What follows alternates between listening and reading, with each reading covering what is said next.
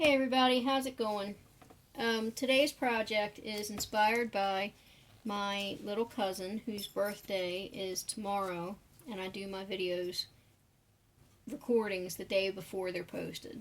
Okay, so her favorite color is yellow, so I'm going to use some yellow in this. These are going to be Artist Loft, Ready Pour paints, bright yellow, phthalo blue, and violet, with a little bit of the Craftsmart bright rose gold that I mixed up and had left over from another project. This is a 9x12 canvas. I put the little thumbtacks in here to keep it raised up off the pan, and I used the pan to pour the excess off. Alright, so here we go. And I'm going to use this Mixed Media Girl split cup. And we're going to do sort of like a tree ring pour, but I'm pouring with my left hand, so it may not be exactly a tree ring. Alright, so here we go.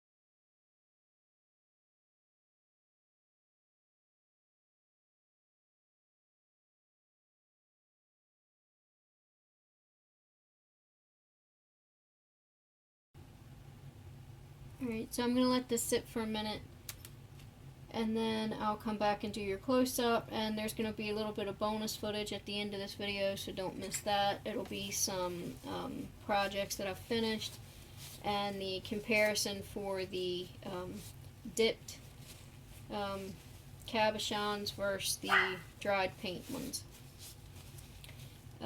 So, Dakota, this is for you. I love you, and I miss you very much, and happy birthday, sweetheart.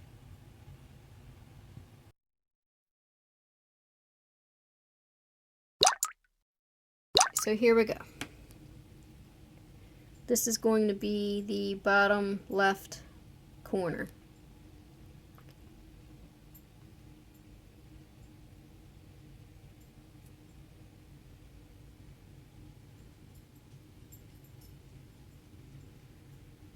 Going up to the upper right corner. I love that blue right through there. And the way the purple kind of like made all those neat little lines.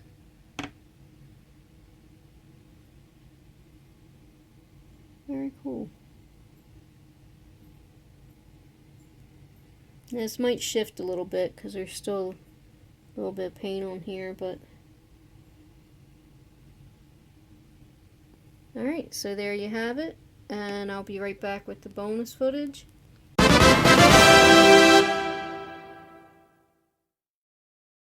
Okay, for the first thing, the top row here is ones that I've done with dried skins. They're actually my magnets, but I wanted it to be as fair as possible. So I didn't want to use my jewelry that's already in settings because that might add a little something to it. Alright, so try to move these down a little so I can get them all on camera. Okay, so the top row, like I said, is the dried skins, and the bottom row are the dipped cabs. Now, I'm trying to get a good focus here. I don't really see that there's a whole lot of difference in the dipping versus the dried skin version. They're both still clear. There's, you know, not a lot of difference really. Alright, so moving on. These are the two finished ones that I did with the glow in the dark after they're dry. And I tried leaving them under the lamp for about, I don't know, it was like 6 hours or something like that to charge the glow in the dark paint. And it really doesn't have that much effect. And maybe it's because it's a small canvas and most of it drained off. I don't know, but it doesn't have much glow in the darkiness. So I thought I may go back in and like add a little bit of the, because you can paint that on top of another color. Or I might just leave it like it is, I don't know. But I like this one a lot. Kind of looks like a flower, or like the entrance to another world, or some, I don't know. Whatever your imagination tells you. And this is the, I'm trying to get the glare off of there. This is the one I said I didn't like that much, but actually I do now that it's dried. It reminds me of the Bifrost from Thor, if you turn it this way. See what I'm saying? Alright, and those are those two. And this is the dried thing I did the other day with the Boilermaker technique. Now, I think part of the issue, here you go, is that it was a 9x12 canvas and I used a lot of paint, probably too much for that size, and it kept shifting until it kind of muddied up a little bit. But we'll be trying it again. And I might use this, repaint over top of this, like gesso back over top, and use it again just to see, just as a tester canvas. Alright, so that's that. And I have one other thing I want to show you.